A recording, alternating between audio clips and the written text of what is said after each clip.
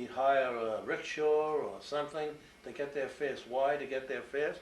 Because you got to buy rice with that money for next week. And if you waited an hour after, if you waited an hour later, if you walked instead of taking the rickshaw, you'd get maybe 20% less because the inflation kept going up every minute. Anyhow, so that's the type of things we paid, all different claims in Chinese money.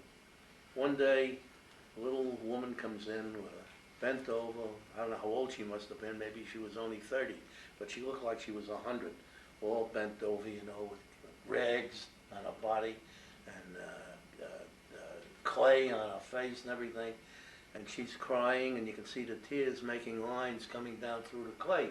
And she has an interpreter with her. The interpreter explains that the problem here is that they had an accident on a field. One of our planes came in short of the runway, and her husband was driving a water buffalo in a cart, and a plane came in, knocked him to smithereens, killed the man, killed the water buffalo, destroyed the cart, and that was it. And apparently we had paid out a voucher to her, and that settled the case. Well, what's the problem? So the interpreter explains that the problem is that she can't go and even face her ancestors when she goes to the grave because of this terrible thing that was dealt to her family. What's a terrible thing? Well, it seems that according to the voucher that was paid, we paid more money for the water buffalo than we did for her husband. And water buffalo is a very expensive animal. It's a big animal and it does a lot of work. And a man is nothing. I mean, there is so much overpopulation that there's not a lot. And she's standing there through the interpreter saying he was such a good husband. He never beat her. He worked hard every day. He was good to his children. She goes on to explain what a fine man he was. That, well, this voucher already been paid and it was sent on to Chongqing. It's maybe sent on to the United States. There's no way you can change anything on that. So we got in a huddle with the interpreter and we finally decided we can solve it. We took back her voucher and we juxtaposed the figures. We made the figure for the water buffalo for the man and the figure for the man for the water buffalo. And the interpreter explained to her what had happened. Oh, she bent down on the ground, bent down on her knees, and she was thanking us, you know, that we're really good human beings to solve our problem. And she saved the disgrace for her ancestors and everything. That's the type of case we had. So, yeah. And when you talk about going in for the price of rice, we paid. Yeah, I think we should get up just a second. This one, maybe we should take it. Why don't we switch chairs? Well, what happened? I don't know, somehow it's breaking. You're a little bit heavy. I'm a little bit heavier. One of these chairs is already broken, so we'll One leave of them that has it back. Yeah, I think it's this one. All right, Oh, well, no, leave it no, on. all the verticals. When you talk about Stop fixing. all the schemes that went on, well, we had every Chinese worker that worked, like we had people working at Chinese working in our office. They were graduate students and everything, and they knew 2 or 3 languages, and they operated all this machinery, you know, the computers or whatever we had. And they were all paid, but they all got a civil service grade, you know, a C7, a D5, and according to the designation, they got paid so many. They take the price of rice for that week, and they multiply it by the designation, and that's how many Chinese dollars they got. Well, we got a note from somebody in the Chongqing office where we eventually sent before they were sent to the United States, they were sent to this Chongqing office. And they said, there's something wrong because it can't be, it was not that great a distance from Kunming to Chongqing, and it was comparatively the same kind of an agricultural situation. Why we had such a high price on our rice over what they were paying was the price of rice determined the pay. So we studied the situation. We found out that the local people were in cahoots with the local editor of the paper. And when he printed, like we have a stock market prices, they had the prices of rice. And to help everybody else, he was raising the price of the rice that was being sold in the market. So we had to find a different way of determining the price of rice. So how did you do it? Well, we had some Chinese person. We put him in charge of establishing a price.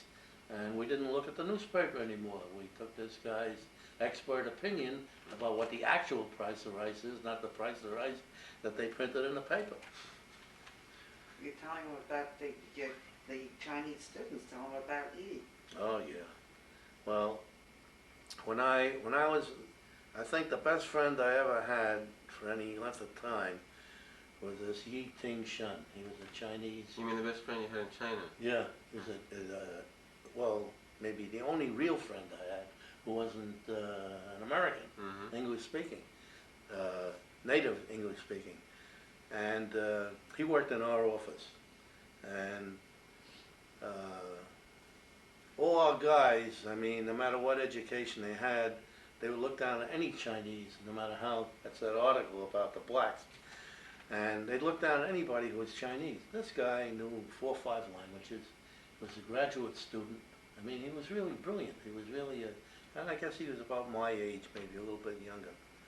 So how did he come to work in your office? Well, I'll tell you, his family was very wealthy. They were in Canton, and they manufactured their own cigarettes.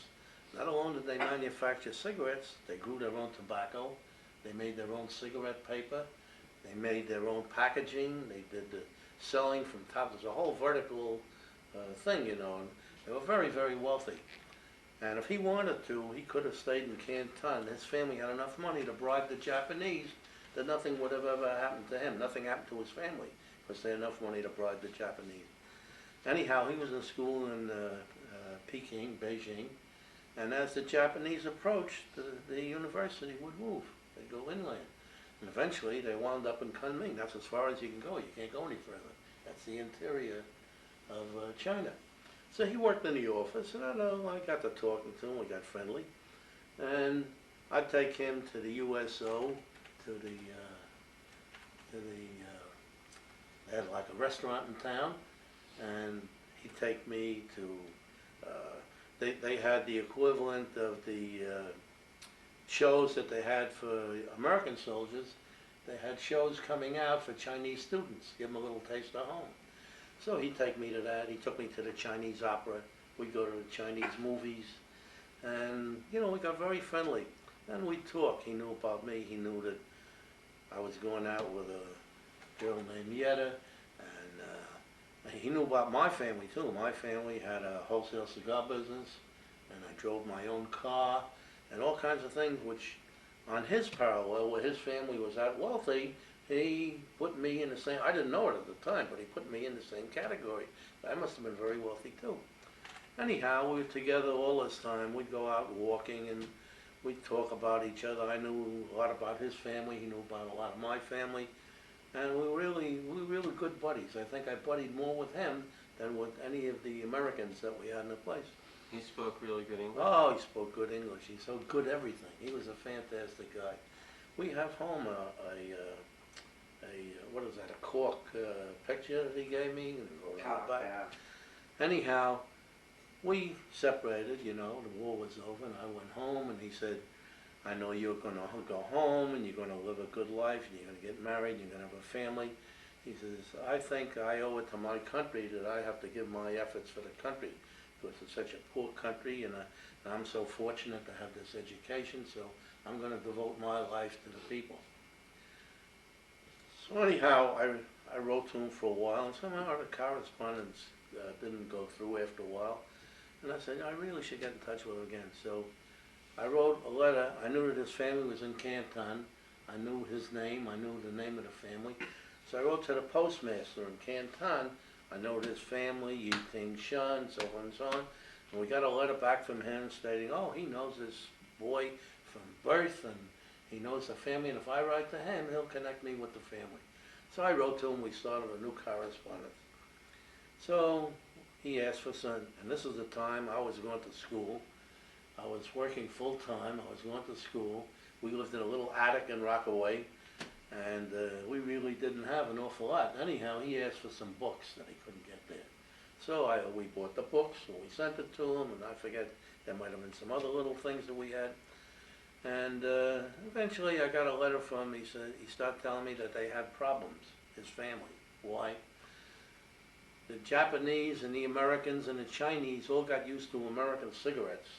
And they didn't want to smoke those